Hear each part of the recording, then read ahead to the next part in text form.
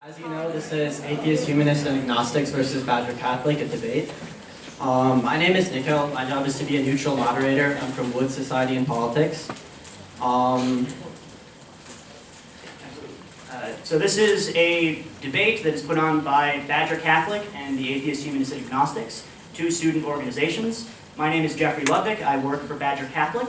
And me and my counterpart Emily, will be just briefly explaining what our student orgs do and introducing you to our panelists. So Badger Catholic is a student organization at University of Wisconsin-Madison, devoted to the spiritual development of students on campus. Our debatants, in order that they will be speaking, are Tom Dobbins, a PhD candidate in nuclear engineering and plasma physics.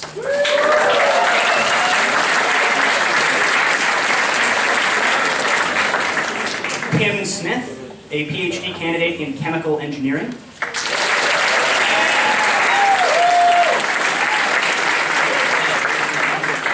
And Audrey Hiltz, a Masters of Education student.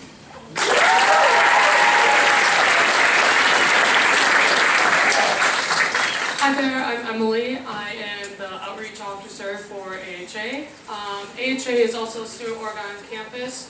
We provide secular peer support to students on campus, and we also provide secular issue awareness to the Madison campus and beyond.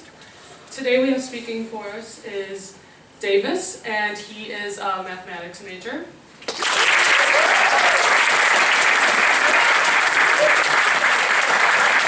We also have Ben, and he is economics and Spanish major.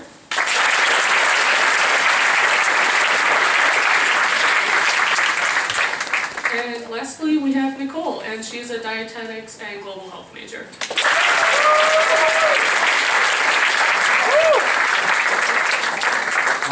So the format of the debate will consist of one 10-minute statement from Atheists, Humanists, and Agnostics first, I believe, and then one 10-minute statement from Badger Catholic.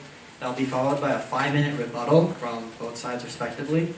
And then we have 3 questions, so 3 times this format will be repeated. And after those 3 questions have been repeated, have been finished, we have a texting service set up. This texting service is anonymous, so I hope you can see it up there, but it's text 5312000 space, and then whatever your question is to 22333. Yeah. So yeah, and just again, this is anonymous, so don't troll or anything. Thank you.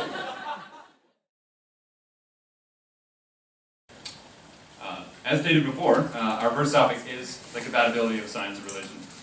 So essentially, Tom and I are love gurus determining if science and religion can have a harmonious cohabitation together.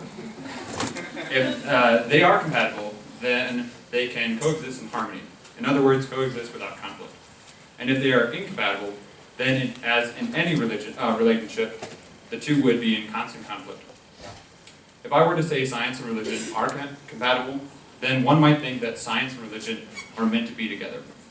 That they are 2 pieces of a puzzle that were designed to fit and complete each other. However, if I were to say that science and religion are incompatible, then one might think that science and religion are at odds with each other. For example, the Green Bay Packers and the Vikings are incompatible. They fight and compete with each other whenever they meet. I believe that the answer is more nuanced than that.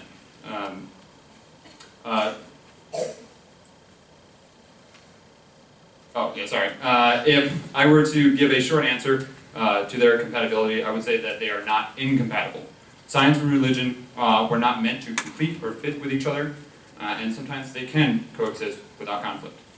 When we talk or describe what science is, it's usually in relationship with hypotheses and theories that were verified by empirical observation, experimental prediction, and the precision and power of mathematics. Yes.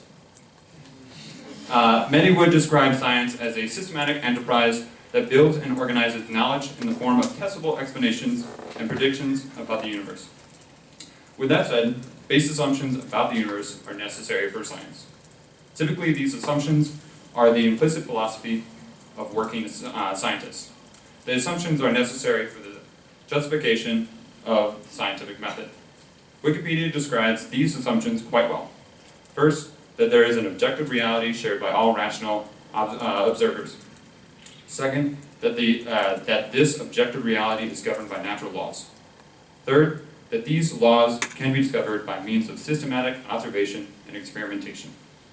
All these assumptions build towards believing that the universe is rational. In other words, the notion that the universe is rational is rooted in the idea that the universe possesses inherent order, identity, lawfulness, and that these are what make the universe knowable to conscious rational beings, such as ourselves. Now, if you were a hardcore skeptic, this might be difficult to digest. However, as I think, most would agree that these assumptions are necessary to live a sane life. Science is mainly concerned about the inner working of the natural world. Science, under the assumptions previously stated, is the endeavor of uncovering and explaining the natural laws of the universe. This scientific adventure provides us with the knowledge of about our universe. However, this knowledge is just a tool. Like with any tool, it can be used to create wonder and prosperity, or it can be used to create destruction and misery. Everything we learn and discover with science is a key to humanity's happiness and to our suffering. This is the cost we bear when looking behind the curtain. Science does not give ethical or moral answers about the world. Science aims towards making descriptive judgments about the natural world. Scientists are looking to answer the how questions with the scientific method. For example, how are the stars born? How does a cell reproduce or replicate with them? How do we send a human to the moon? And the ultimate question is, how does the universe operate? On the other hand, religion can be defined as a cultural system of worship, including designated behaviors and practices, worldviews, texts, places, ethics, or organizations that relate humans to supernatural and or to transcendental. With all religions, faith is a significant role, specifically faith in a higher being. This faith is accepted without proof, similar to the assumptions with science. Even though science and religion are founded on assumptions, they are not identical as a structural system of knowledge. Scientific knowledge evolves through statements that are falsifiable, which give rise to empirical claims, whereas religious claims are rigid and not open to question or dispute. This dogmatic view prevents the inherent possibility that the claim can be proven false. This makes many religions dogmatic in their views, and by this nature would be would be acceptable if the dogmatic views were factual when it came to descriptive claims. However, throughout history, this has never been the case for dogmatic claims. The idea that Jesus Christ is the Son of God is assertive and unyielding claim that is believed without logical proof. Another example of dogmatic view is the idea of transubstantiation. According to the teachings of the Catholic Church, is the change of a substance by which the bread and the wine offers in the sacrifice of the sacrament during Mass becomes, in reality, the body and the blood of Jesus Christ. The Catholic Church teaches that the signs of bread, wine become, in a way, surpassing understanding, the body and blood of Christ. By the nature of religion being about designated behavior and practice, it makes normative claims. Religious texts or doctrines express value judgments about whether a situation is desirable or undesirable. Religions look at the world as it should be. In other words, religion makes moral and ethical claims about the world. There are religions that deem for a specific amount of time, or all the time, that eating meat is not permissible. Specifically with the Catholic Church, the only sexual act that is permissible is procreational marital sex. Religions have a cultural significance towards people's morals and ethics. This is a particular area that science does not have significance. With that said, I am not implying that scientists are or need to be unbiased towards moral and ethical claims. Scientists can hold views that are non-empirical, which does not conflict with the scientific method. However, when people hold religious views that are descriptive in nature, conflict can arise. If the religious and scientific claims are contradictory, for example, fundamental creationism and evolution, then the question is, which is true? It would seem to me that any logical religion would follow the basic assumption of that of science, that the universe is logical, accessible, contingent, objective, and unify. So with both the scientific and religious claims, assuming that the universe is rational, we must look towards each claim's predictability to give a justification of which claim is true. Sorry, that was. And this is where science shines. By the scientific method, the claim to be credible must have already satisfied the observable prediction requirement. However, with that said, the real world is more nuanced than that. Science relies on repeated experiments, consensus, and a notion that the claim fits already well-established scientific claims.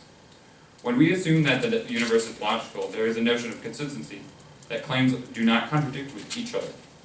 Nevertheless, I will take the stance that when presented with claims about the natural world, I will choose scientific claims.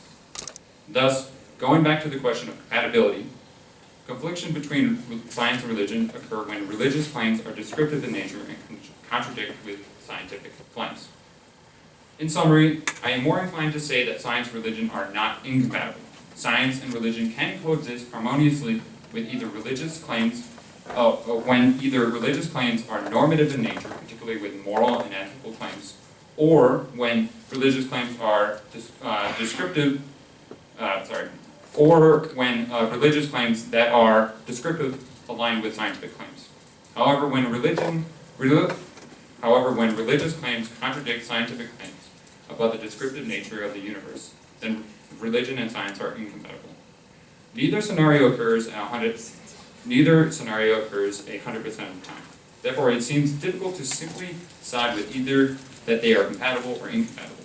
Hence my intention for describing the relationship as not incompatible. It allows me to convey the possibility that compatibility can happen and that them coexisting does not entail constant conflict.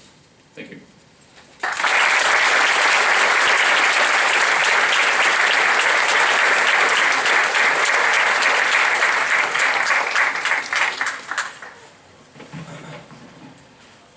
Is there a rational foundation of reality? And what is it? Is it God, the universe as a whole, strings, laws of nature, or nothing at all?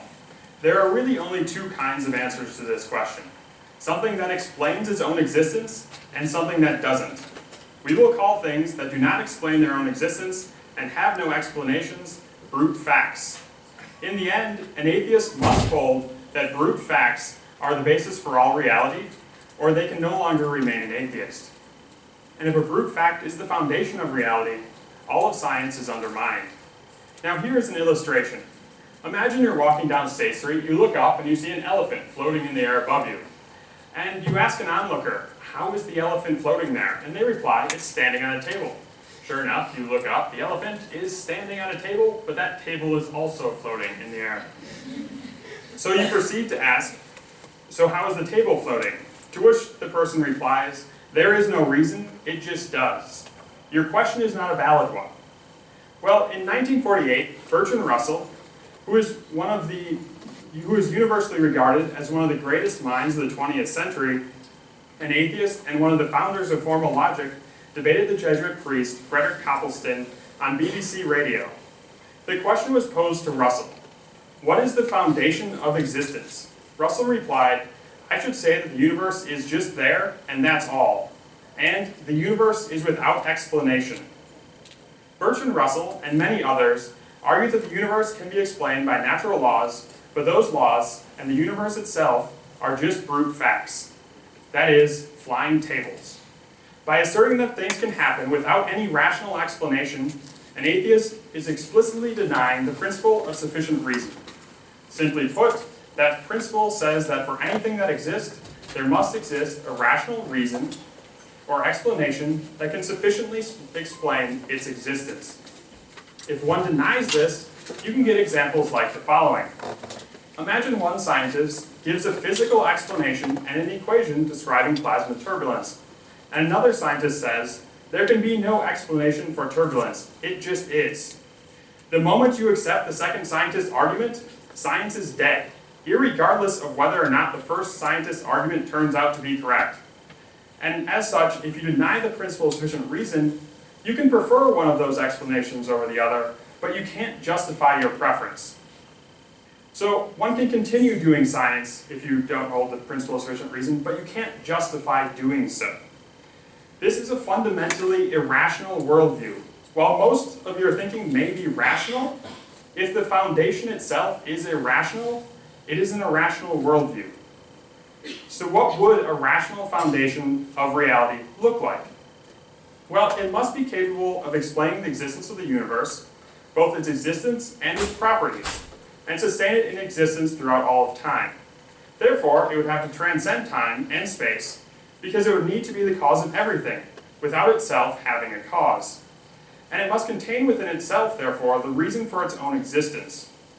But this is exactly what classical theists call God, and the reasons I just laid out are the exact reasons why they believe he exists. So this leaves an atheist two choices: accept that the fundamental level of reality is a brute fact, or that the God of classical theism exists. So why, might you ask, must an atheist not believe in the principle of sufficient reason to remain an atheist? Well, as hinted at above, the simple answer is that the denial of the ultimate rationality of the world is necessary to avoid the arguments for God's existence. One can argue from the foundation of science itself, like the explicability of the world, the existence of things, the existence of change, and causes and effects, to the existence of God, using reason alone.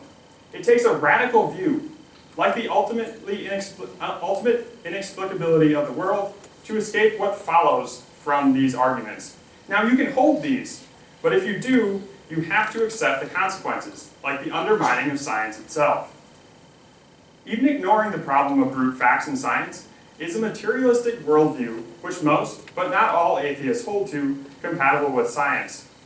Well, David Hume, an atheist philosopher who discussed causation and the problem of induction, really implies that the answer in the end is no. Science and materialism are not really compatible. So enough about atheism.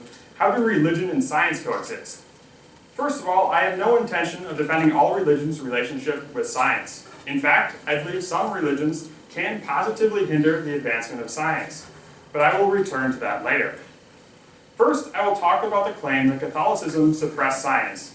There are three foundational myths of the war on science and religion, and these are Hypatia, Bruno, and Galileo. Hypatia was killed by a mob for political reasons, and there were Christians on both sides of the argument. Bruno, though his ideas have been shown to be true, based his ideas off an Egyptian magic book, which turned out to be a forgery. He had an amulet that he claimed gave him occult powers over the world. So neither of these really counts as the church suppressing science. Now, Galileo's case is more complicated. I could spend an hour talking about it and not get through all the details. That being said, when Galileo came out with his theory, he was praised by numerous cardinals, giving an audience, a medal, and financial support from the Pope. So what happened that led him to be on trial on two separate occasions? Simply put, Galileo made a lot of enemies, his theories were easily refuted scientifically, he dwelled into theology in the midst of the Protestant Reformation, and many of his friends and patrons died. Now, even if I grant you that it counts as an instance of the church suppressing science, if only one case in 2,000 years can be brought up, that is remarkable. Compare that to the French Revolutions killing a prominent scientist, or the Soviet suppression of genetics and the Big Bang Theory, in a much shorter time period than the church has been around. Or even in a more recent example, look at the last, let's say, four administrations in the US and their treatment of science. As such, I would argue the church's relationship has been remarkable when you compare it to other institutions throughout history. On a more fundamental note, is there a scientific discovery that could contradict Christian revelation, or is Christianity unfalsifiable by science? I would say there is one, and only one, and that is this. We share a common ancestor. Science, in this case evolutionary biology, ironically enough, has given us a very firm answer to this question. We have a common ancestor, several actually, but one is enough for our purposes. Another question to ask is, what is the church's positive contribution to science? The answer is the church's contribution is so vast, it is very hard to conceive science would have developed anywhere near it is today without our patronage. Let's look at some facts in the matter. The university system, upon which this university is based, was started, funded, granted autonomy, and defended by the Catholic Church. The Church regularly stepped in to protect the academic independence of these institutions. In addition, in the medieval era, every student was required to study science, and this resulted in the number of people that were trained in the sciences to be unparalleled in human history up to that point. Another important thing to note is that the Church was the sole funder of science for hundreds of years, before science had any practical benefit. You can make a very strong case that in that time period, art was a lot more practically valuable than science. And another thing that you can point out is cathedrals were built as world-class solar observatories and were used by people like Cassini to prove Kepler's theory of elliptical orbits around 100 years before telescopes became good enough to make the measurement. Still, the greatest contribution, I would argue, that the Judeo-Christian worldview made to science was its position that a God, bound by reason, created an orderly, rational universe apart from himself that we can at least partially understand. This avoids two pitfalls. First, it demystifies nature, the idea that the stars have free will and can make any number of decisions that they want to do, on what they want to do. Rejecting this allows nature to be studied scientifically and mathematically instead of psychologically. It also rejected the view that the universe is not ruled by laws, that it's completely chaotic, cyclic, or completely inexplicable, which both of us have agreed would not allow science to get done. So, to summarize the whole talk, I would like to paraphrase Cobblestone in his famous debate against Bertrand Russell that I mentioned previously. You can't say atheism gives a better explanation of the universe when it refuses to even acknowledge the possibility of an explanation. Catholicism, meanwhile, has an explanation, one that is rationally justified and makes science possible. As a scientist whose job it is to look for answers, given the choice between a rational, defensible answer and a refusal to even consider the question, I must choose looking for an explanation or give up being a scientist. And with that, I'd like to thank the audience and hand it over and for a rebuttal, which I'm looking forward to hear.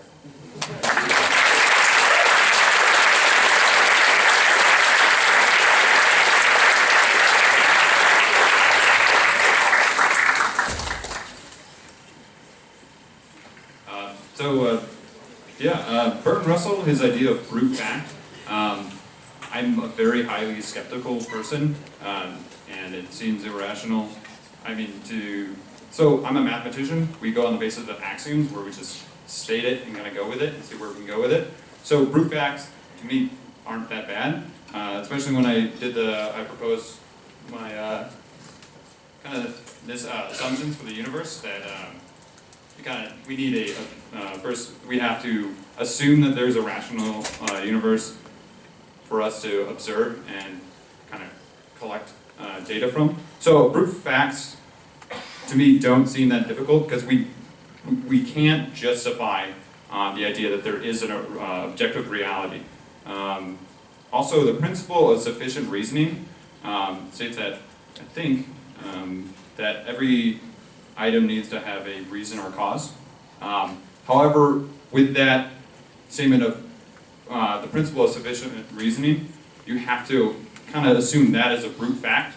You can't justify it without, if you do, it's a cyclical justification, which is not supported when it's justified. And it kind of goes back also to the idea of Hume's problem with induction, that the idea of induction is irrational, and we just as humans kind of go with it, we roll with it, that the next moment, the next second, gravity will work as it did previously. Some other facts that I would disagree with is that even though religion can have a positive impact, it's hard to even claim that that even without it or with it, it would produce more than if it was without it. That seems like a very high, a claim that can't be even verified. You guys have anything? I'd also just like to say that being practically valuable in one time period doesn't mean that it's right. It's one thing to be practically valuable. We can find a lot of things valuable, but that doesn't mean that that's the right way. And I think science does a lot to show that maybe something may be easier, but that doesn't mean that it's right. Also, I would like to say that atheism isn't necessarily a framework of morality, it's just a disbelief in a God. So we're not saying that like a basis of atheism is, you know, the right way to figure out science or the world. We're just asking the question if they're compatible. I guess I would add that there's a sort of famous problem in philosophy called the Munchausen trilemma. I'm sure I butchered the German there. It essentially says that any proof you give for something either relies on induction, which, as we've discussed, has various pitfalls, or you have proofs that go on forever, or eventually you have circular logic. And this would be true for like the existence of the universe and for the existence of God. Both of these would fall subject to this trilemma. So that's why we have the position of agnostic, because you really can't say for certainty that a deity exists. And while we're not saying for sure that such a deity doesn't exist, because that would be just rejecting it out of hand, we're being skeptical towards the idea that this is the right explanation for the universe, and that the universe didn't just arise sort of as an emergent property, because time has been around for as long as the universe has been around. The two are one and the same. It's space-time. Yeah, and also as an atheist, I view myself as agnostic atheist. What I presented in my claim that to do science, you just need to have base assumptions that unfortunately cannot be rationally proven, and that seems like a bummer, but welcome to my life. So with that, we yield.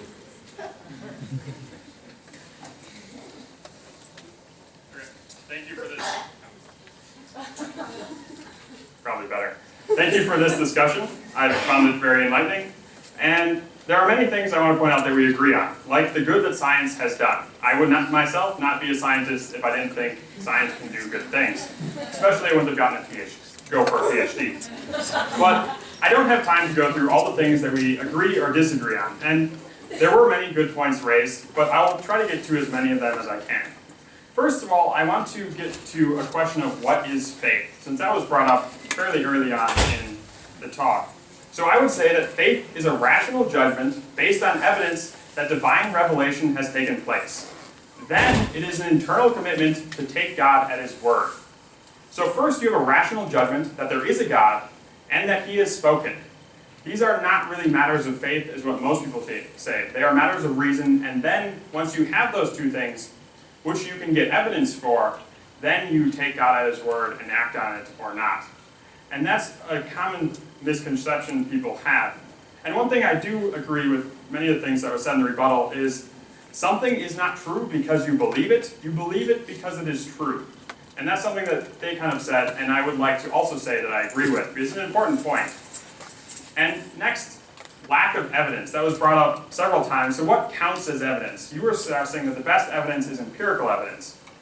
But I would like to raise the point, does a logical argument count, or it is only empirical evidence?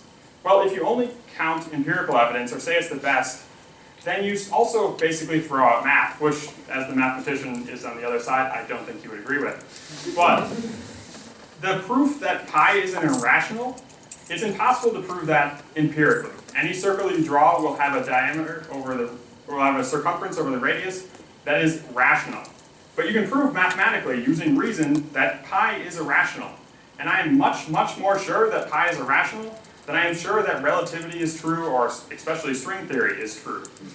So that's an important thing to point out. You can be much more sure, I would say, about things like mathematics than you can be about physics. So is mathematics more fundamental, or is physics more fundamental? Is metaphysics more important than physics? So another point is you say rational proofs for the existence of God aren't falsifiable. But that's kind of misunderstanding what a proof like that is. You can disprove the proofs in two ways. One, by falsifying the premises to show that the assumptions they're built off are false. And two, you can show that the logic isn't sound.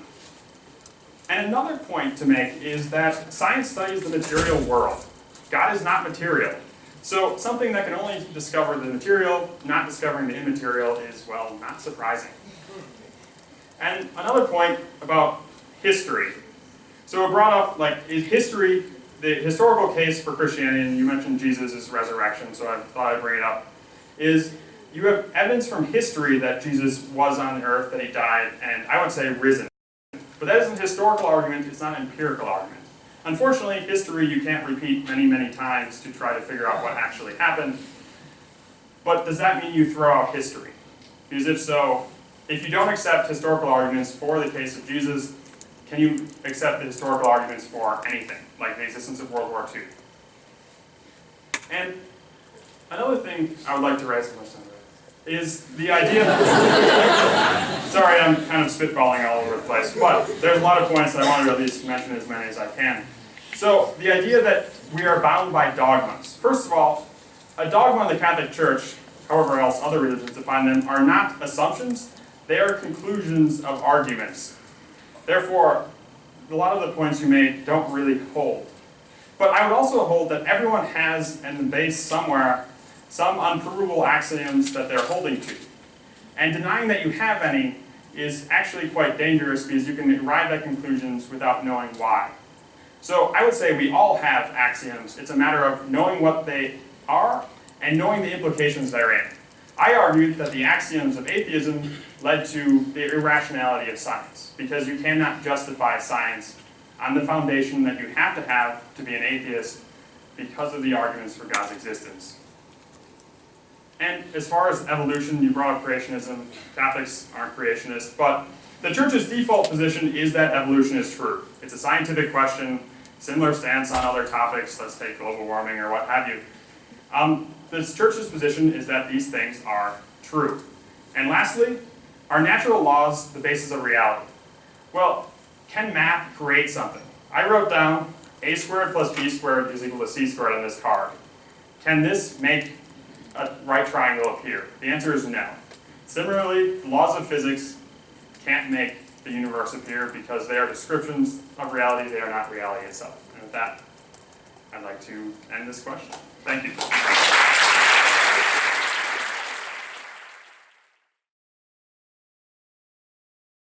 Good evening, and thank you for listening to this debate. Next, we will be discussing what is called the problem of evil. The need to understand evil and struggle in the world around us is universally recognized by people of all backgrounds as a fundamental part of the human experience. People of all faiths have, since the beginning of history, sought to understand why and how there is evil in the world. In order to understand the so-called problem of evil, we must first consider what is evil and why it's a problem. The problem of evil often refers specifically to an argument against religion. But in general, the problem of evil is how to interpret, abide, and reconcile evil with a meaningful worldview. So what is evil? According to classical philosophy, evil is the privation of a good, which is when a thing is lacking something that it should have given its nature. Goodness is a transcendent property of being, the fulfillment and flourishing of an entity according to its nature. In the context of humanity, evil can generally be viewed as a violation of human flourishing. Evil is not itself a quality of being, but the lack of a quality, similar to how darkness is the absence of light. Like darkness, evil exists. Evidence of evil is all around us. So how can Catholics interpret and reconcile evil with our faith? The Judeo-Christian revelation sees the presence of evil in terms of a cosmological story. In short, the story can be summarized by 3 points. And if you remember nothing else I say, remember this. First, that God created the world. Second, that the world is broken. And third, that God didn't break it. I'm going to keep coming back to this. If you read the biblical creation narrative in a simplistically literal way, you would conclude that humans broke it. but we know humans weren't around yet. Biblical cosmology describes created spiritual agencies much older and more powerful than us as responsible.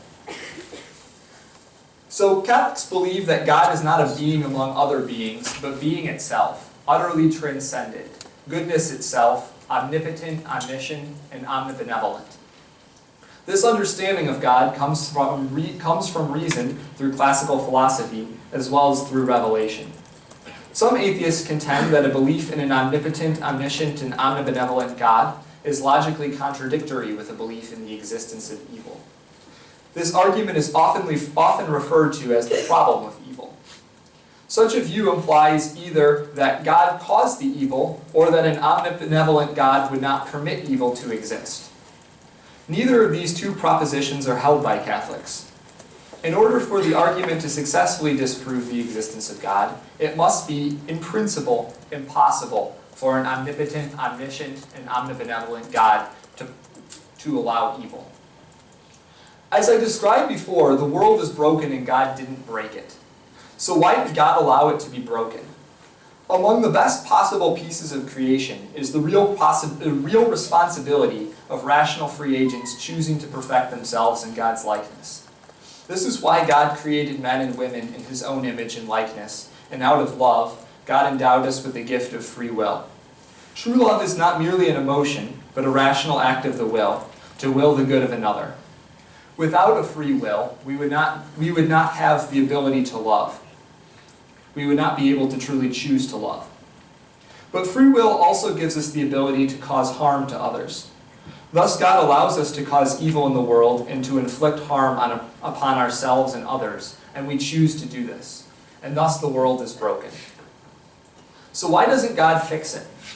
The core message of Christianity is that God is working to fix it, but He does so through a means that respects our free will.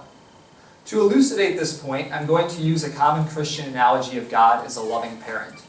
Imagine trying to raise a child in a world where you immediately fix that child's every mistake. Christians see God as a loving parent, not as a helicopter parent.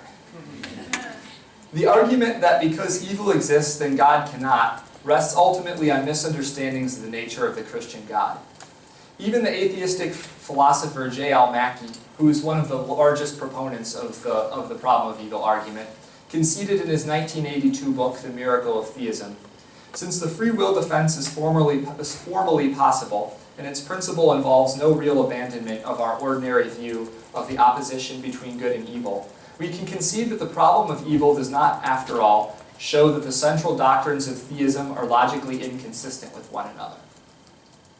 A subsequent argument that is occasionally made is that while the existence of evil does not formally disprove the existence of an omnipotent, omniscient, and omnibenevolent God, such a God is unlikely to exist given the existence of evil.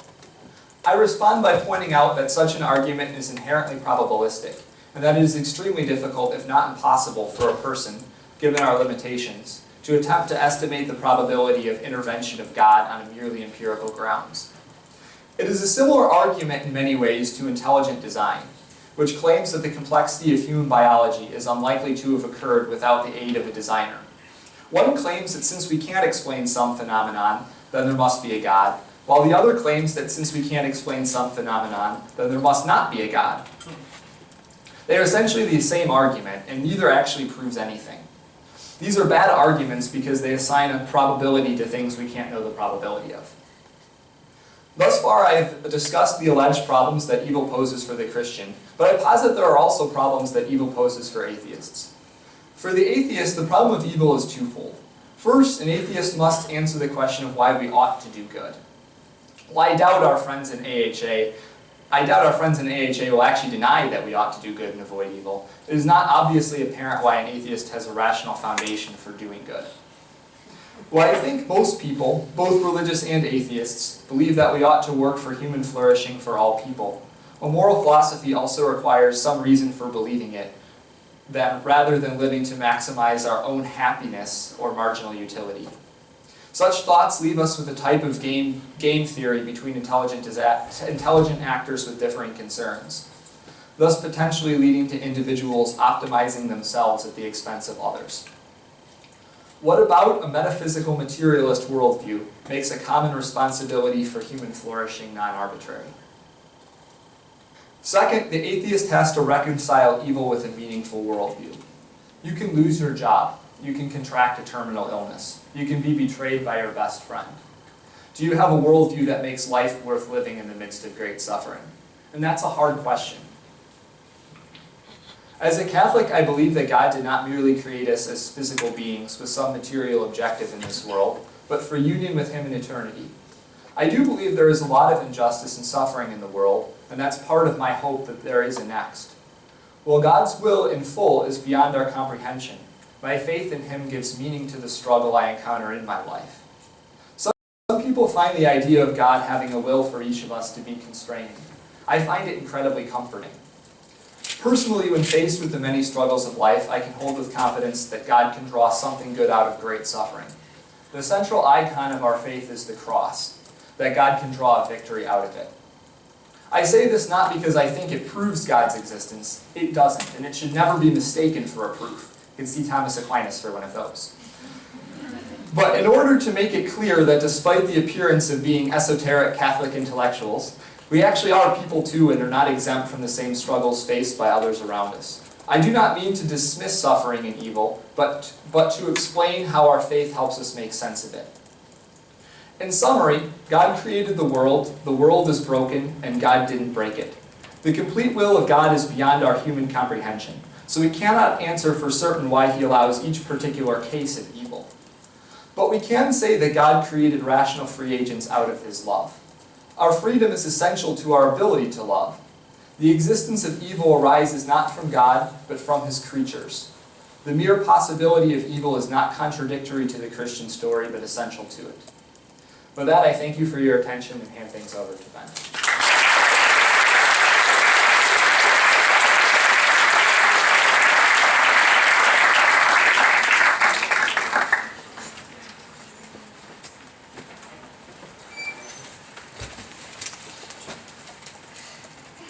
To reiterate, the problem of evil, as originally formulated by the Greek philosopher Epicurus, goes like this. If an omnipotent, omniscient, and omnibenevolent deity exists, then evil does not. Because evil exists, it follows that an omnipotent, omniscient, and omnibenevolent does not exist. This has been expanded over the years to make the first part of that more and more believable. If a deity cannot prevent evil, then they are not omnipotent or all-powerful. If a deity does not know about evil, then they are not omniscient or all-knowing. Both of these statements follow directly from the definitions of omnipotent and omniscient. Obviously, an all-powerful being can prevent anything, and an all-knowing being must know of every possible evil. This leaves us with the conclusion that either evil does not exist, or there is no omnibenevolent or all-loving deity. Conceivably, an all-powerful and all-knowing deity could be less than all-loving. Such is the case with all number of ancient deities, from Huitzilopochtli, the Aztec god who needed human hearts to survive, to Jupiter, the head of the Roman pantheon. However, Christians often insist that God is omnibenevolent. Supposedly, He gave His only Son to save us all. So, at least to Christians, God is in fact all-loving. Of course, God could be trying to test us, to see if we are capable of remaining faithful while suffering. This, supposedly, was His reason for bringing suffering upon Job in the Old Testament. However, if God is omniscient, then He would know beforehand how we would act while being tested. It has also been proposed, by Christians and non-Christians alike, that Satan or some other force causes suffering. This was especially popular among Zoroastrians, for example, and they attributed suffering to the deity Ahriman. However, I imagine Catholics will agree with me in rejecting this interpretation, as an omnipotent, omniscient, and omnibenevolent God could and would destroy Satan if Satan was the cause of evil. It has also been argued that God allows evil to exist because humans need to have free will. Or there's something else God may value that seems to require the existence of evil. I like free will because it's easy to reference. This explanation is tempting, but ultimately unsatisfactory. If God were truly omnipotent and all-powerful, He would be able to create a universe in which free will, or any other value, existed without the need for evil. The only way free will must exist with evil in every possible world is if the two are synonymous, or if there is some other deductively valid argument that proves that evil is required for free will. I see no such argument as particularly plausible, nor do I believe that free will is synonymous with evil. This leaves us with two ways out of the problem of evil.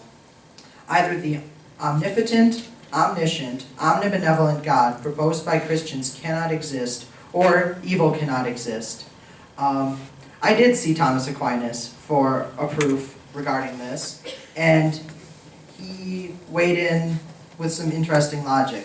For those who don't know, Aquinas was an Italian friar in the 13th century who is today considered one of the greatest theologians and philosophers in the Catholic Church. His argument, in short, is that evil does not really exist, but is merely the absence of good. This seems rather unsatisfying unless you take into account the conception of the universe that Aquinas is working with.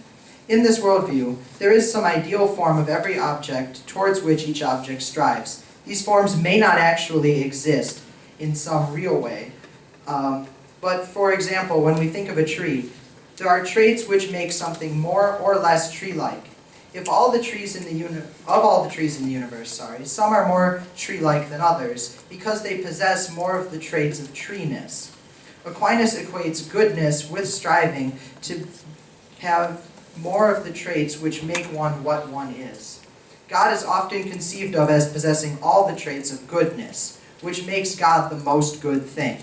It is also important to note that Aquinas makes the assumption that goodness encompasses all the lower traits, because when an object acquires more of any of these traits that would help it to identify itself, it becomes more good in the metaphysical sense. So how does all this relate to evil? Well, if God is completely without evil, and the universe in general, and mankind in particular, were made in God's image, then mankind has varying degrees of non-goodness.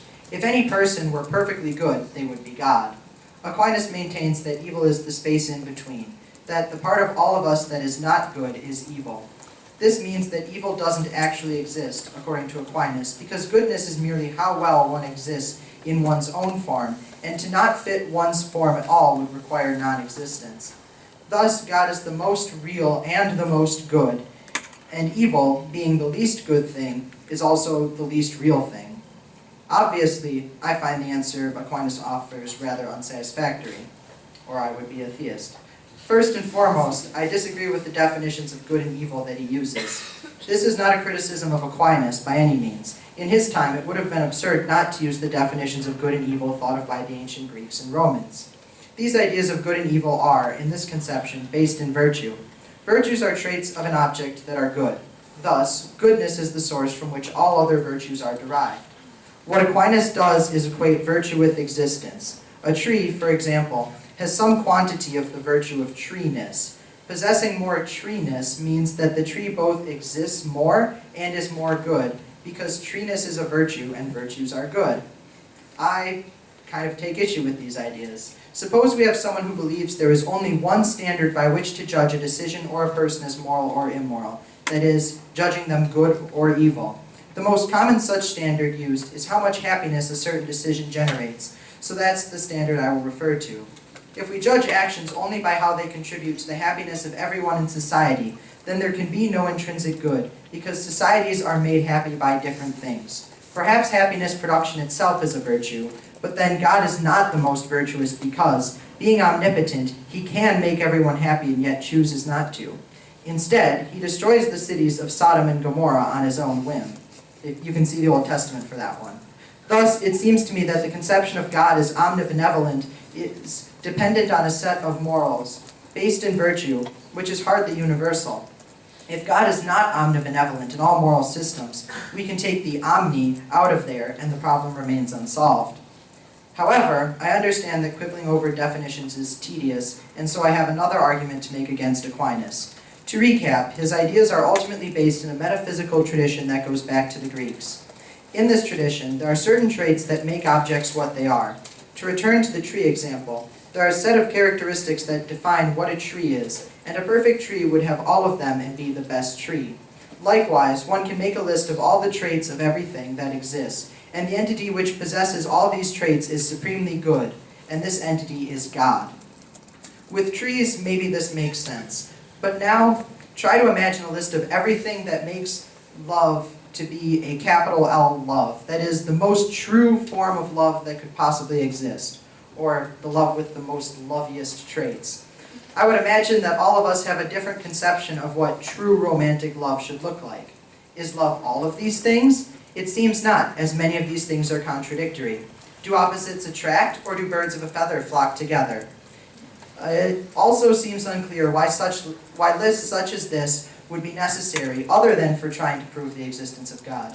It seems unnecessarily tedious to find all the traits of a thing, because all that matters for definitions in philosophy are the traits which distinguish one thing from another. By rejecting these listings of traits, we must reject the idea that there is some combination of traits which form an absolute good. By rejecting the idea of an absolute good, we also reject the idea that evil is merely varying degrees of that good's absence. We cannot be content to say that evil does not exist because there is nothing that is completely without some idealized good. There are no proofs for this good that do not muddy the waters way more than any philosopher should be willing to accept.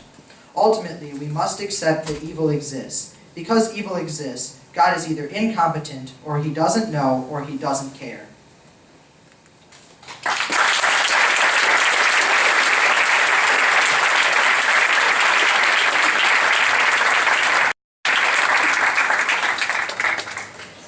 So, in rebuttal, a few thoughts. First of all, we would disagree with the idea of Thomas Aquinas' argument that evil is the absence of good being an argument that evil doesn't exist. Like saying darkness is the absence of light and then concluding that darkness doesn't exist. So that doesn't follow. Second, just because God is omnibenevolent and able to eliminate all evil, or able to eliminate all unhappiness, it does not necessarily follow that he would do so if it is a greater good to respect our free will and let us make decisions that would cause people to be unhappy.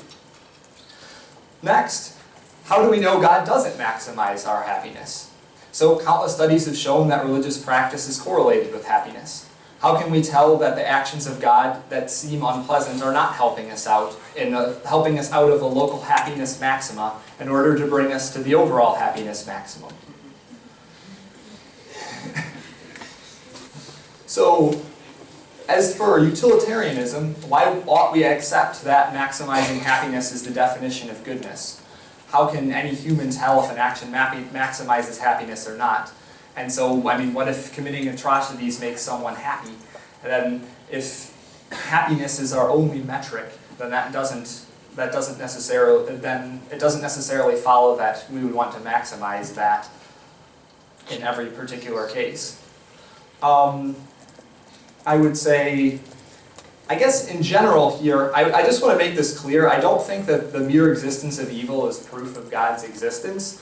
It just doesn't follow that from the existence of evil there isn't a God, because we would assume that God would just come in and smash the evil immediately if it did occur.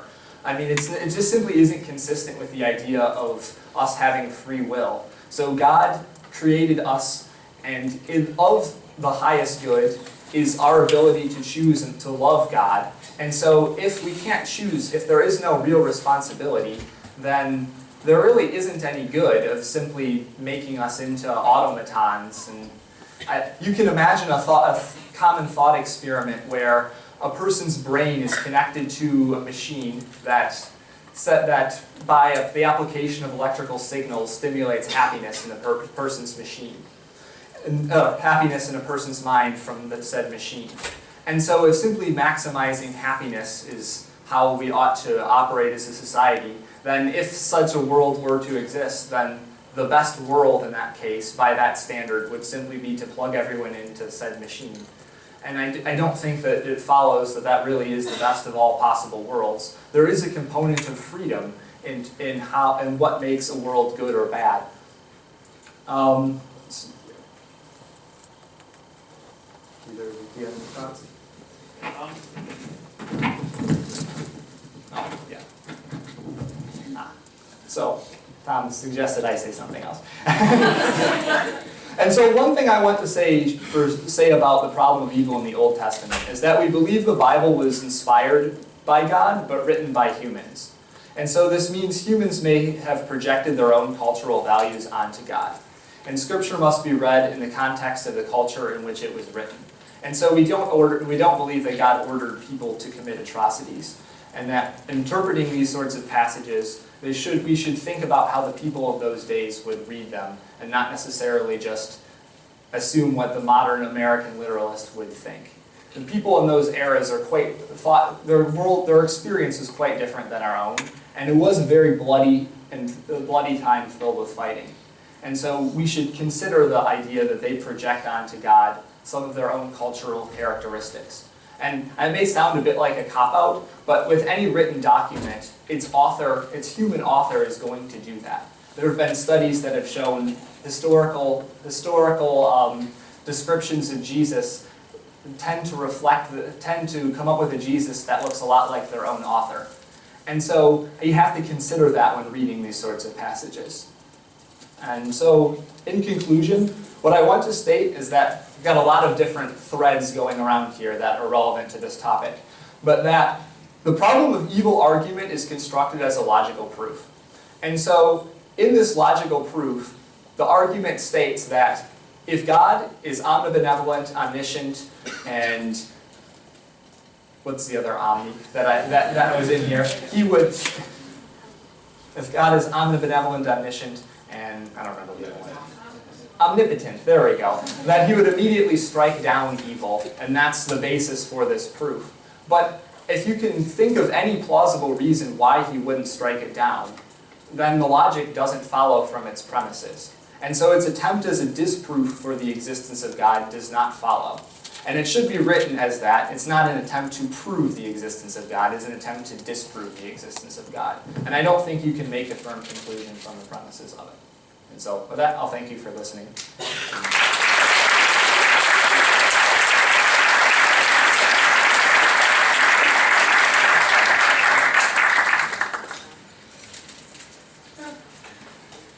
All right. I guess first I'll take on the issue of the goal of the problem of evil proof. I would actually say that it doesn't disprove God either. It just disproves the traditional Christian conception of God as all-loving, all-knowing, and all-powerful. I think the Aztec gods or the Greek and Roman gods were not all-knowing, all-powerful, or really all-loving at all. In fact, they're kind of all-hating. They could exist. I like to think that those ones specifically don't, though.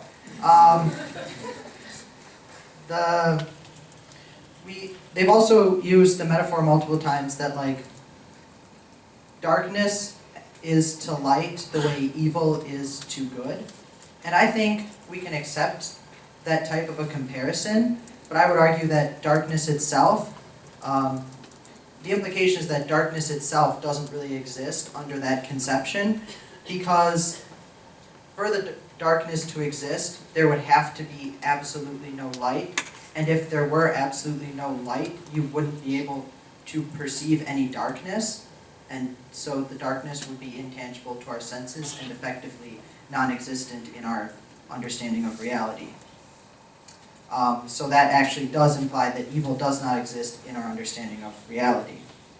I would also deal with the issue of free will, because that seems to be where we're hung up. Many atheists and agnostics actually don't believe in free will. They believe that in biological determinism, that is, there are certain chemicals in our bodies which just cause us to respond in certain ways to given stimuli. The implications of this are that we still do all these things. We still love other human beings. We still, some of us, love God, believe in God. Yet we don't have free will, would be the atheist or agnostic response to that. And I would also maintain that because we can still love God without free will, it stands to reason that God could create a world with free will, yet without evil. but maybe that's a little too much of a stretch. I think it's conceivable. Either way, we don't have free will, in my opinion. So that point is moved. I would also like to clarify, I am not especially a utilitarian. I guess that got thrown in there. I think there are better ways of dealing with morality than maximizing happiness anyway, precisely because of all the reasons they brought up, that like happiness is incredibly hard to pin down, and it's hard to like tell what makes people happy, or like how to maximize everyone's happiness. But I would say that like, if God's idea of morality is so far removed from humanity that we simply cannot understand it in any conceivable way, then I don't really think it's morality.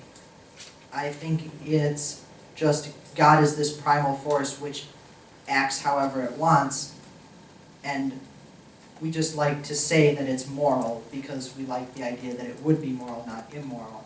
But if we can't comprehend its morality, then I don't really think we should consider it moral at all.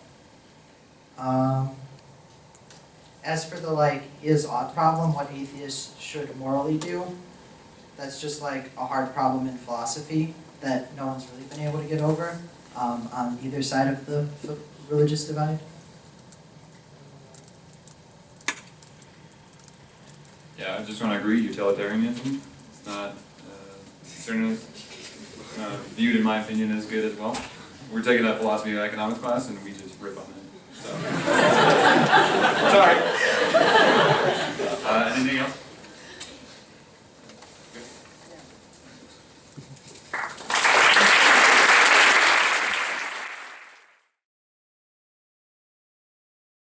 Thank you, Emily, and thank you all for coming. So, I'd like to define, well actually, does everybody want to like stand up for like a second and like shake out? Okay, let's do that. Alright, with that we got all the stuff out that we need. Okay, without further ado, I'd like to define a couple core terms for the purpose of my argument. Feminism is the belief that men and women should have equal rights and opportunities. Faith is a strong belief in God or in the doctrines of a religion based on spiritual apprehension rather than proof. If you wanted a simple answer for are religion and faith compatible, I would say yes, they are. Religion can frequently be used for good. However, if the question was rather are Catholicism and feminism compatible, my answer would be no, due to the relationships between Catholicism and feminism. One of the most important reasons I left the Catholic faith was being less than others due to my womanhood, simply due to my biology. I firmly believe that the relationship between feminism and the role of women in the Catholic faith is abuse-prone, problematic, and adverse to equality. First, let's start with the concept and portrayal of the Catholic God, and how it exhibits a problematic relationship between religion and feminism. He, with a capital H, is a male-identifying God. The fact that God is not gender-neutral already shows an inherent and irreversible preference to males over females in the church.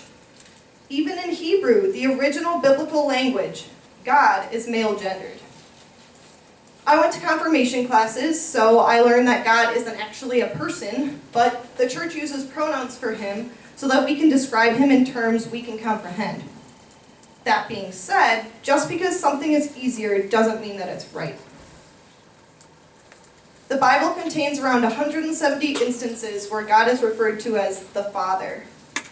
Fathers are traditionally and problematically seen as protectors of and breadwinners for the family. In the Bible, God proclaims himself as the protector and supplier, which contradicts the part of feminism that states all genders should be treated equally with respect. The argument can be made that if God made all of humankind and part of him is in part of all of us, but that doesn't negate the fact that women are less godlike because men, less godlike than men, as God is male identifying. This places women in a permanent state of being less than men if they follow Christian doctrine, and therefore contradicts feminist values. The argument can also be made that the Catholic God is not a person, he's a spirit, and is argued to exist in three forms: the Father, Son, and the Holy Spirit. So he can't actually be male identifying because he's not an actual human being. Human beings are assigned pronouns based on their sex. But since God is a spirit, it can be said that he does not have a gender. But regardless of his lack of a physical genitalia-containing body, the fact that pronouns he uses are considered male still shows that the presentation of the Catholic God does not allow for feminism to exist within its bounds. Next, any doctrine that bases itself within a power dynamic of a God being all-powerful presents the opportunity for people to abuse it. The relationship between religious text and tradition is not keen of treating women with the same respect and power it gives men. Ephesians chapter 5, verses 20 through 24 says, "Giving thanks always for all things unto God and the Father in the name of our Lord Jesus Christ, submitting yourselves one to another in the fear of God. Wives, submit yourselves to your own husbands as you do to the Lord. For the husband is the head of the wife, as Christ is the head of the church, his body, of which he is the Savior. Now as the church submits to Christ, so also wives should submit to their husbands in everything." That isn't just one verse from the Bible that tells women to submit to their husbands. It includes the surrounding verses, and you would hope that it would sound less controlling.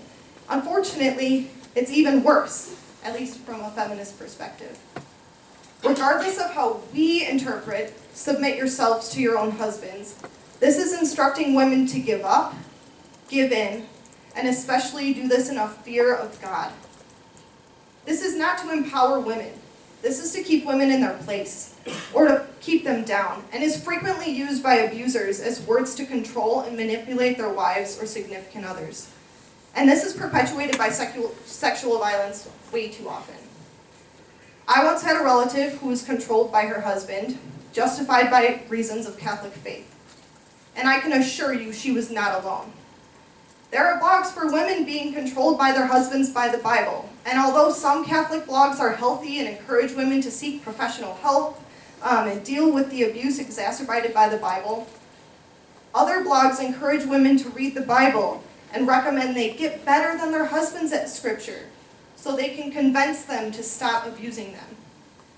The problem of a holy book allegedly written by a higher power is that quotes from it can be used and are used to control people. It can be reasonably concluded that women are more so abused by it due to the God and the faith being from a male perspective, and also all of the authors being male as well. This contradiction of God loving all people but allowing his holy book to be manipulated with evil acts to control others is just more proof that the relationship between Catholicism and feminism is abuse-prone. Are men and women seen as truly equal in God's eyes when the book people are supposed to follow encourages women to submit?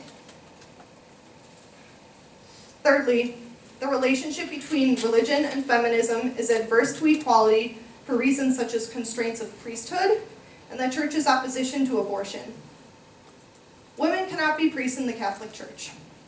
Growing up Catholic, I was under the assumptions that men are just more godly than women, and women weren't worthy of being priests.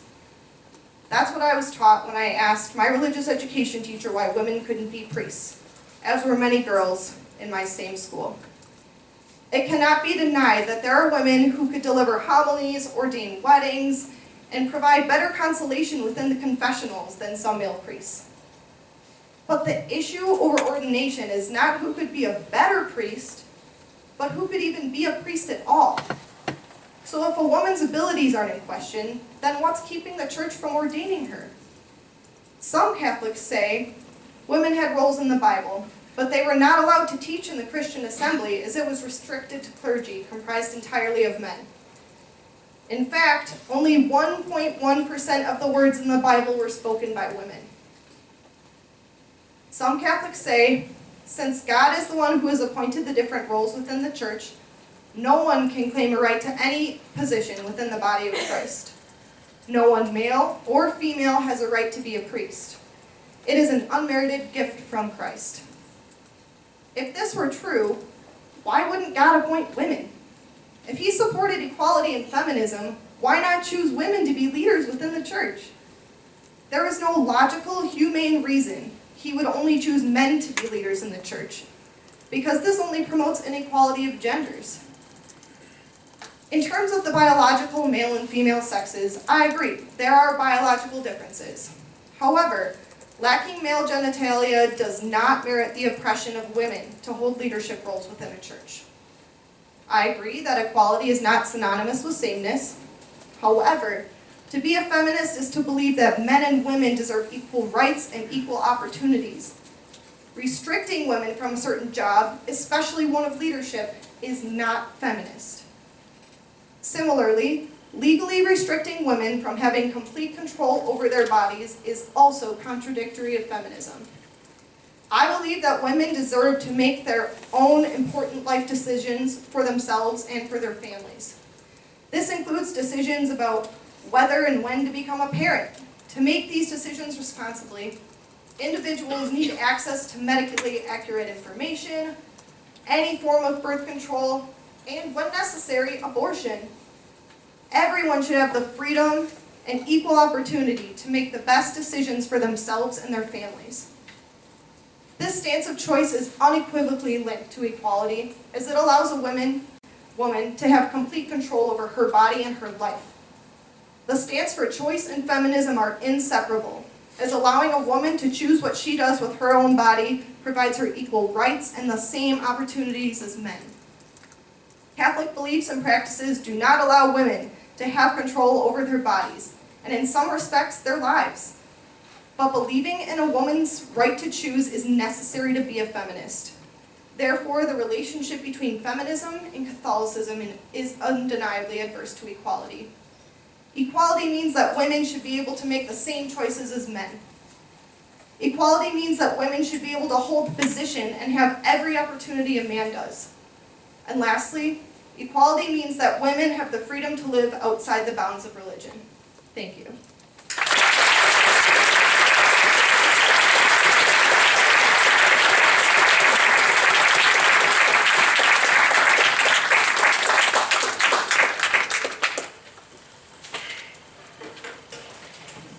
All right, so, hi, my name is Audrey Hiltz. I'm a master's student here at UW. I'm studying secondary science education, but I was here studying zoology and English as an undergrad. So, as an educated Catholic woman, I am happy to be here to discuss the Catholic Church's teaching about feminism and the dignity of women while dispelling some misconceptions. So, is the Catholic faith compatible with feminism? In a word, yes. In fact, I would agree that the Catholic Church is one of the few institutions that actually upholds every aspect of a woman's dignity. First, let us revisit what faith is. Faith is a personal adherence to the truths revealed by God. Faith begins with a rational judgment based on convincing evidence that a divine revelation has taken place. The only so-called leap of faith is the interior commitment to take God at His word and live your life according to the revealed truth. One can logically conclude that there is a God, as Tom explained, but faith is an act of the intellect assenting to that divine truth revealed by that God. While this act of the intellect is personal, it is not isolated. Divine revelation has been scrutinized and preserved by the Church. Indeed, the Church is the pillar of truth, the mother of faith. The Church helps us understand the truth, which contradicts neither itself, logic, reason, nor scientific truths, again, as Tom explained before. The existence of a singular truth means that individual Catholics don't get to define Catholicism for themselves. It is a personal adherence, but it is to a universal, not individual, truth. We do not pick and choose what teachings to accept and which to ignore. And to be brutally honest, lots of Catholics don't like this and reject the teachings they find inconvenient. But whether or not a Catholic person understands and follows the Catholic teachings is independent of what the Church actually teaches, and that individuals' actions cannot be held against the Catholic Church as a whole. We could make a long list of bad things Catholics have done, but it would be a list of actions performed by individuals. It would not illuminate any doctrine or teaching of the faith. If you suffer an injustice at one of these individuals' hands, it does not follow that they have redefined Catholicism or that the Catholic Church supports their actions. And I do not mean to be callous. These actions can cause deep and lasting suffering these experiences are not invalid. They simply do not inform our understanding of the Catholic faith, and thus must be put aside for the sake of this conversation. The Catholic Church upholds that the truths of faith are revealed by a transcendent God. In principle, the Trinitarian God has no body and no gender. God is transcendent, not gendered. He is described as both paternal and maternal in the Old Testament, but he is neither man nor woman. God is pure spirit, in which there is no place for difference between the sexes. So, if this God is transcendent, then why do we talk about him as male? One side of this is simply a linguistic explanation. Hebrew, like English, does not have a gender-neutral personal pronoun, as Nicole was saying before. Because of this, you have to assign God one of the gender pronouns, or call him it. This latter option is invalid because it depersonalizes God and goes against his nature. So there is a 50-50 shot. Why choose male? After all, many religions at the time of the Hebrews worshipped the divine feminine, which there's nothing wrong with in principle. However, a critical difference between the Hebrews and these religions were their account of how God created. The feminine deities were said to have birthed all of creation to some capacity. However, this would make the deity non-transcendent because she would need to be made of earth's stuff or material. God being described analogously as male emphasizes his transcendent nature as being separate from or removed from that which he is creating. It should also be noted that societies venerating female deities, such as Babylonians with Ishtar and the Greeks with Gaia, were far from upholding men and women as having equal dignity. Those religions were just as oppressive to women as any other ancient culture. So what does all of this have to do with feminism? The fact that there is a transcendent universal truth grounds our understanding of human rights. If nothing is transcendent, you have no inherent rights, for there's nothing informing us how people should be treated. Without an absolute, values become entirely subjective, simply based on social, cultural, or personal preference. This will lead to the problem of practical valuability, as discussed before. Just because something is valuable at one point in time does not make it valuable across time. One can quickly see what a slippery slope that becomes when applied to feminism. Who is to say that women have value? You cannot uphold that women have inherent rights or even that there are human rights without the existence of an absolute truth prescribing from where an individual's dignity comes. That being said, let us turn to what the Church teaches about the dignity and value of women.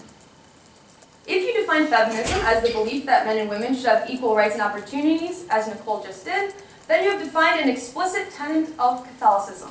We uphold that men and women are equally formed in the image of God, giving them equal dignity. As it says, the Bible says, God created mankind in his image, male and female, he created them. Both males and females are made in the image of God. The Catholic Church upholds this as the source of their dignity. Being man or being woman is a reality which is good and willed by God. Men and women possess an inalienable dignity which comes to them immediately from God. I would now like to address the commonly misunderstood verse and use it to highlight the equality of the equal dignity of men and women. It is not good for the man to be alone. I will make a helper suited to him. Now, the Catholic Church upholds that there are, in fact, right and wrong interpretations of Scripture, as Tim described before. A text neither promotes or degrades until it has been interpreted and the interpretations are acted upon. For various reasons, and none of which are good nor just, this verse has often been interpreted as woman being an inferior helper. The Church never has and never will uphold this interpretation. Interpretation of this verse is anything but arbitrary. If an erroneous interpretation is acted upon, it could result in the slighting of a woman's dignity. Again, the doctrine of the Church cannot contradict itself. If the woman were an inferior helper, it would conflict with her equal dignity we established moments ago. Additionally, we must only reflect momentarily on the word helper to remember its actual meaning. When someone is helping someone else, it follows that the helper has some sort of capacity that the person that they are helping does not. Otherwise, it would mean the help would be pointless, and therefore it wouldn't actually be helping. When read in context, it is revealed that women share equally in the work of man and contribute equally to a shared humanity. Another commonly misquoted scripture verse that can also be used to highlight the shared dignity of men and women and the idolized relationship between them is the Ephesians passage as described and mentioned before. Wives should be subordinate to their husbands as to the Lord. So, This line is often used erroneously by individuals trying to prove that the church is misogynistic. But if you follow the very next verse, it says, "Husbands, love your wives as Christ loved the church and handed himself over for her."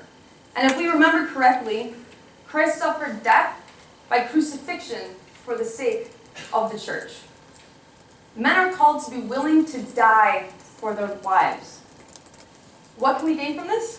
First, we see the dignity and value bestowed upon the woman. She is worth dying for. Yet woman also dies to herself for the sake of her husband. She receives his love and returns it fully.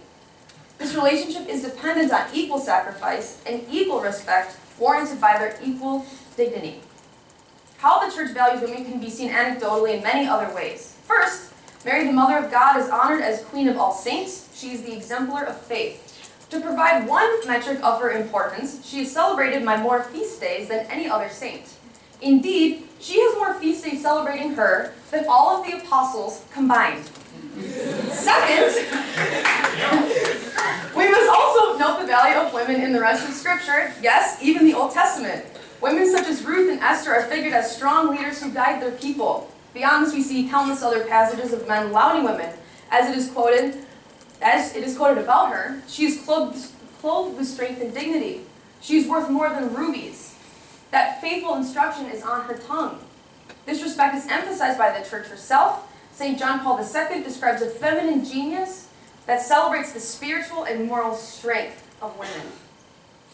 The last example I will give is Jesus himself. It is often noted in Scripture where Jesus is talking with, teaching, and keeping company with women. When the historical context is taken into account, it quickly becomes clear how radical this was. Women were not to talk to men, and were not to be given an equal education, if any education at all. Yet Jesus welcomed them in, and treated them with dignity they deserved despite the culture of their time. The Catholic Church has followed Jesus' example then, and continues to now, placing the education of women as a high priority. Monasteries during the Dark Ages taught all religious women to read at a time when most of the population was illiterate.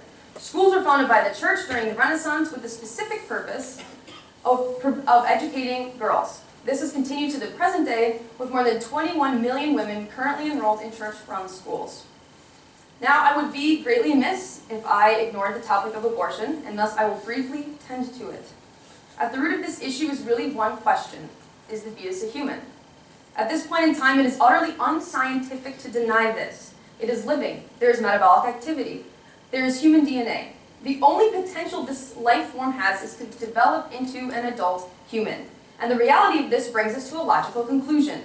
We must respect and uphold this life as human. And if it is human, it follows that we must also grant that he or she possesses human dignity and human rights.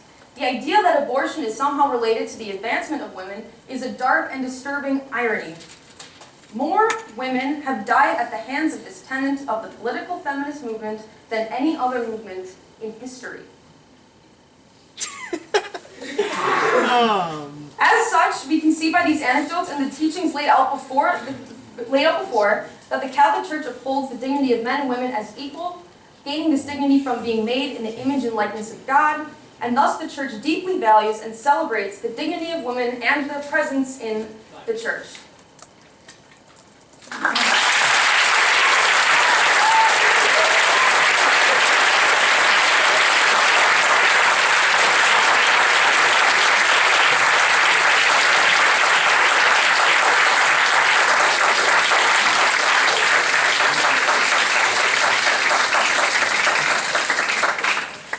Okay, to start, let's see. Okay, so let's talk about Mary. Yes, I grew up Catholic. I went to the Queen of Apostles in Waukesha County, so I was devoted to Mary. I understand that she's an important tenet of Catholicism. But it's fine to love Mary, but loving or praising a woman for her ability to give birth demeans her to her biological nature, not her personhood, that should be more so acknowledged and respected. And also, women have more to offer than their bodies. That goes for fetuses or for praising them. The fact that Mary would not have been a monumentally loved figure had she not given birth to Jesus is quite problematic. Also, like, I guess another biblical woman who is noted in the Bible was mentioned that she's compared to rubies, but that's objectifying her, so I don't think that's very empowering. Also, if we talk about Eve, the first woman there ever was, allegedly, she became from Adam, from a rib. She started as less than already. She also is the one who ate the fig or the apple, depending on what you've read. And her act of eating the fig doomed man to be cursed with original sin, therefore assigning her evil, which is also not very good for empowering women. In terms of like what the Catholic Church actually does, yeah, I don't think we should say because one person did something bad, the whole Catholic Church is bad. That's not what I'm trying to say. But I do think it's really important to recognize that Catholicism can be abused.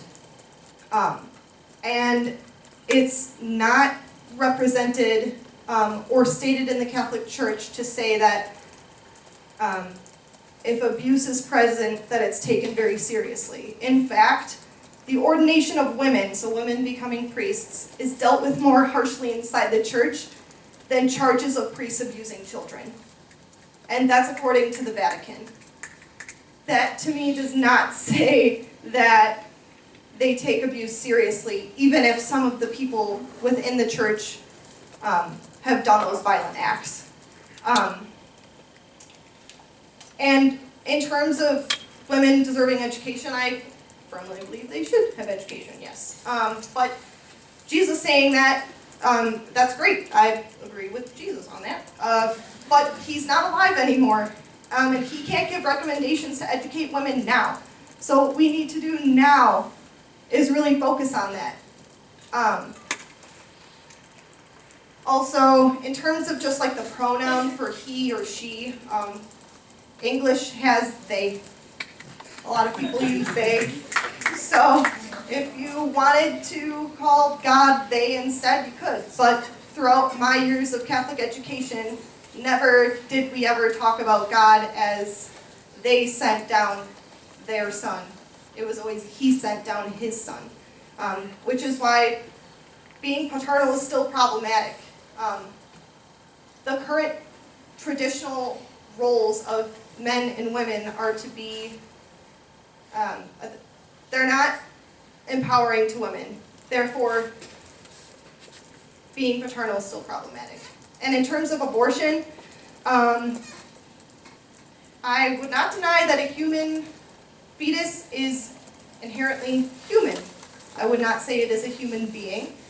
And also in terms of like women like dying from something, more women die from pregnancy than from abortions.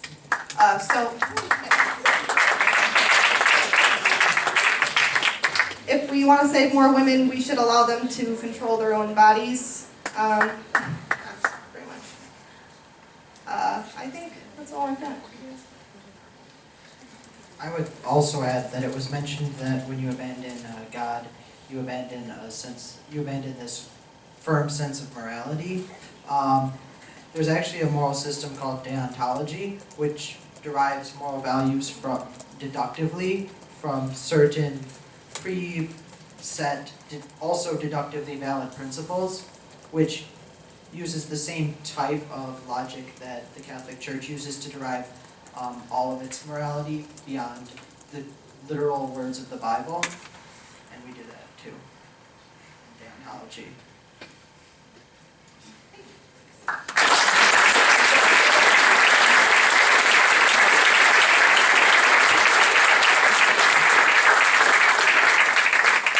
Thank you for your remarks. I'm glad that we agree that Catholicism can be abused and that that is not reflective of the faith as a whole.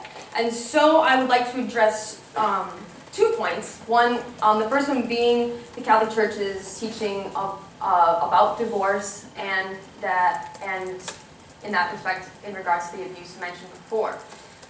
The Catholic Church would never counsel a woman to stay in an abusive relationship, nor support a man abusing a woman. The Church would either advocate for a reconciliation between the spouses or separation, no, not divorce. The Church receives no criticism for this teaching. The actual issue at hand is whether or not those spouses can remarry. To understand the Church's teaching, one must also understand how the Church upholds marriage. Marriage is a covenant by which a man and a woman establish between themselves a partnership of the whole life, and is thus by its nature ordered to the good of the spouses and the procreation and education of offspring. It is neither simply a social contract nor a legal union. The Catholic Church upholds that the consent by which the spouses mutually give and receive one another is sealed by God Himself, and thus it is indissoluble. Man and woman can separate if the deteriorating relationship absolutely necessitates it, but they are still bound by their covenant to one another. During the sacrament of marriage, they both vow to honor and love each other all the days of their life. Remarriage, therefore, breaks that vow. So while they can separate and live separately, the actual issue at hand that is often dissented for, or the Church is criticized for, is the remarrying. So a woman would have complete freedom to separate from her spouse and live separately, however she cannot remarry. But let us also explore the vocation of the priesthood. The vocation of the priesthood is one of servitude, not of power or riches. So that's first a good thing to keep in mind. A Catholic priest freely and fully hands himself over in service to the Church, just as a husband gives himself fully to his wife. Indeed, the priest sacrifices having a wife of his own in order to give himself fully to the Church. He is told where to live, where to move, when to move, and the work he must do. The institution of the priesthood is to serve as Christ to the Church. In other words, to serve the lay people of the Church, not overpower them. So why men? As Nicole stated, it is not a matter of ability or worth. There are two main reasons why priests must be men. First, they serve the Church in the person of Christ. Since the priest acts in the person of Christ, the Church has no authority to confer the sacrament of those who are unable to represent the male Jesus Christ. The other reason the Church has male priests is in adherence to Christ's actions. He himself ordained men as the first priests. While one could argue that this was simply following the cultural norms of the time, I would like to point out again that Jesus was radical in his treatment of women, talking to them, teaching them, and upholding their equal dignity. Despite this, he did not ordain them though. It can be concluded then that this is not a slight on women's dignity or ability, for Jesus, as a good and loving God, cannot undermine the feminine dignity.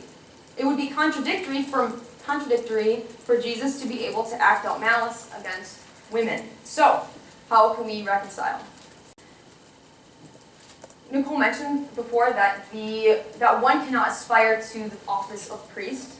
It is a gift. And as also stated, equality does not necessarily mean sameness. And so while we might not have the equal gift of becoming priests, we do have equal gifts in other capacities. For example, women have the gift of being able to bear children. Men are not able to do that. It is not argued as a suffering on men not to be able to bear children. Rather, it is a different gift that we are able to uphold. The Church is able to, the priests are able to serve the Church, certainly as the priest. However, again, this is not an office of what we would call power, it is an office of service, it is not inherently problematic in the sense of a gendered conflict.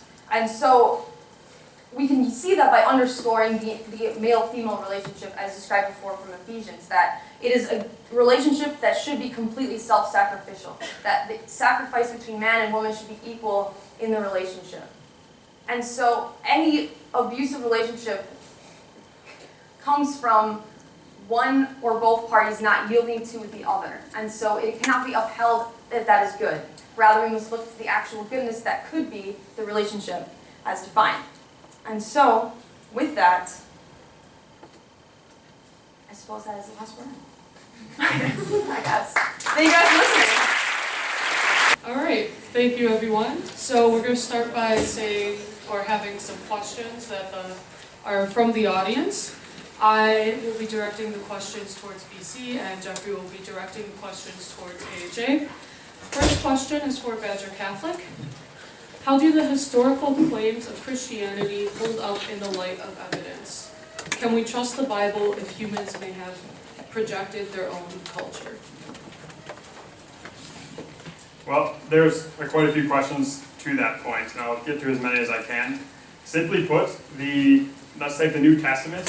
The New Testament is the best, by orders of magnitude, the best attested book that we have. We have, compared to things like Caesar's conquering of Gaul, I forget the name of the book up top, we have about 100 times more documents, and also the time between when they were written and when we have the newest document is about 30 or 40 years, compared to Caesar's conquering of Gaul, which is about 150 years after, is the nearest really mention we have of it. So from a historical standpoint, the Gospels are really the best, and the New Testament in general, are the best attested historical documents we basically have before the invention of the printing press. Now, you can reject them, but if you do, you need to reject everything. The Old Testament would take a long time to explain, so I think I'll avoid that. Was there a different part of the question? Can you trust the Bible if humans may have projected their own culture onto it? I think the answer to this question is actually to look at how it'd be a long answer, but how do you actually read, well, let's start with any book. You need to look at the intention of the author, you need to look at when it was built, like, you probably learned this in English class at some point. How do you read a book? And you start there, and then you go farther. But, I mean, I don't have time to really explain this, but you don't just read the book Harry Potter and say, well, there's this magical, well, maybe people do, but there's this magical school in England that I need to go to. No, it's a work of fiction, realize that, and do in light of that. That doesn't mean you can't learn something from Harry Potter about virtue and goodness. I've talked too long, I'll stop. But,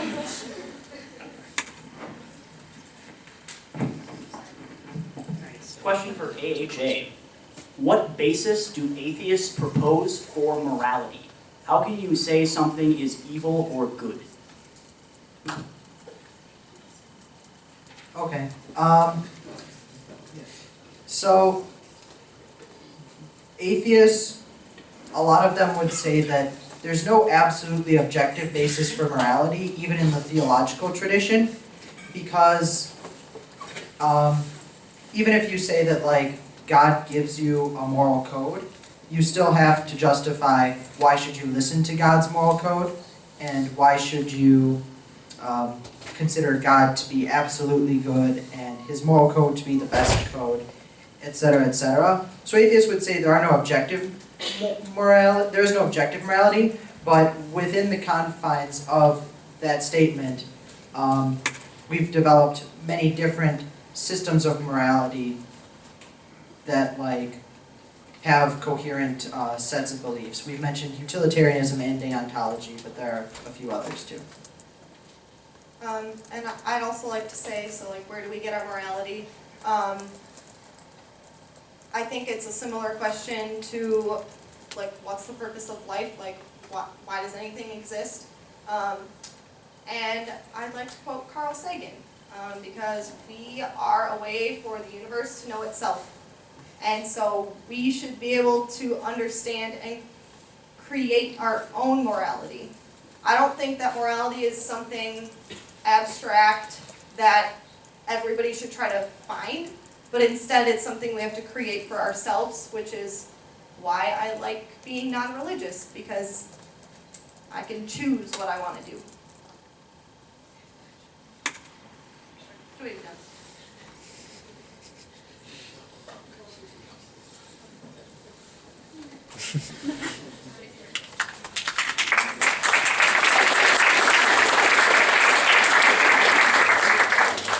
Alright, for BC, how do Catholics reconcile free will and God's omniscience, knowing and having a plan for each of us?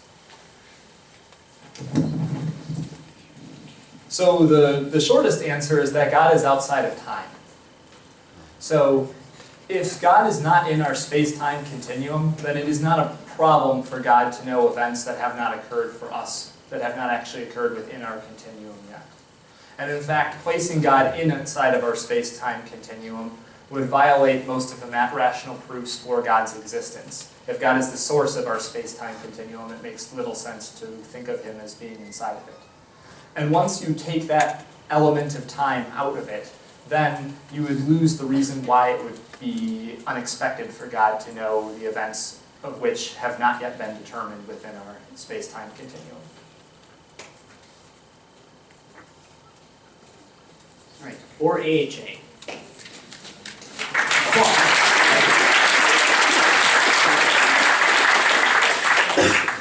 Can a feminist be pro-life?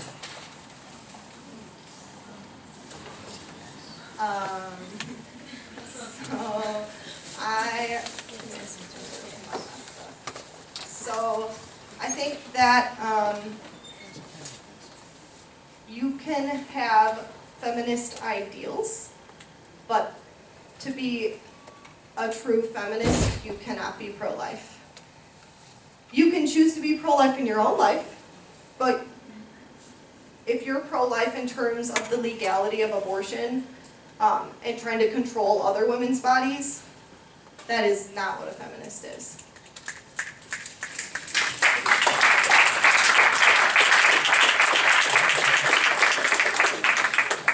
All right, next question for BC. Do women in the church, like Mary, have a value besides having babies?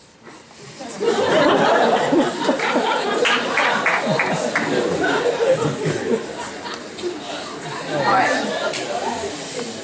So, again, in a word, yes. But I like that we bring up this question because the ability of a woman to have a child, her fertility, is not the entirety of her dignity, but is certainly a capacity of it. It is part of her natural state. A woman is fertile. She is part of her anatomy is having the ability to have a child, to rear a baby. And so while it is not the, again, it is not the entirety of her dignity, it's not where she gets her dignity from. She's made in the image and likeness of God, which is where she gets her dignity from. The positing that the only value woman has is having a baby would degrade their dignity. It's inconsistent with Catholic teachings. As we said before, they uphold as an equal dignity of men, and so if men cannot have children, then that logic wouldn't follow, that they would have equal, that there would be something to do with having children and having a completion of that dignity from that. So, in a word, no, there's so much more value to women in the church besides having children. It's inherent in the doctrine that she has equal dignity. So, yes.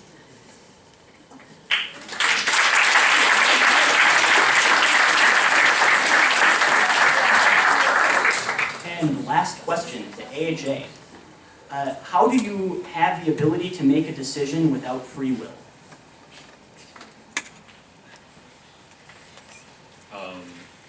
I think I kind of follow the idea that you don't have free will.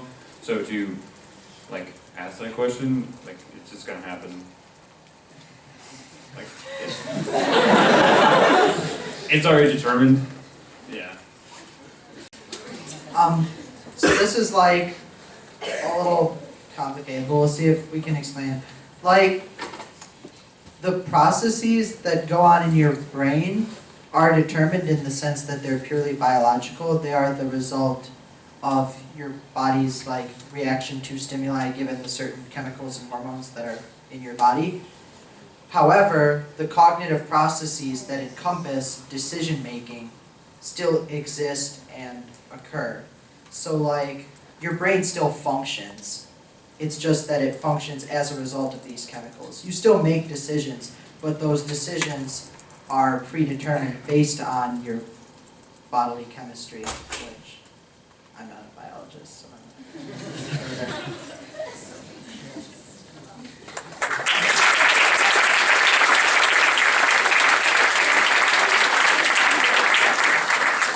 All right, with that, we would, on behalf of Badger Catholic and AHA, like to thank you all for your time this evening. We hope you keep the discussions going. There are tables outside with information about AHA and Badger Catholic. We look forward to seeing you next year. This event is hopefully an ongoing relationship. So again, thank you very much, and please join me in congratulating our wonderful debaters.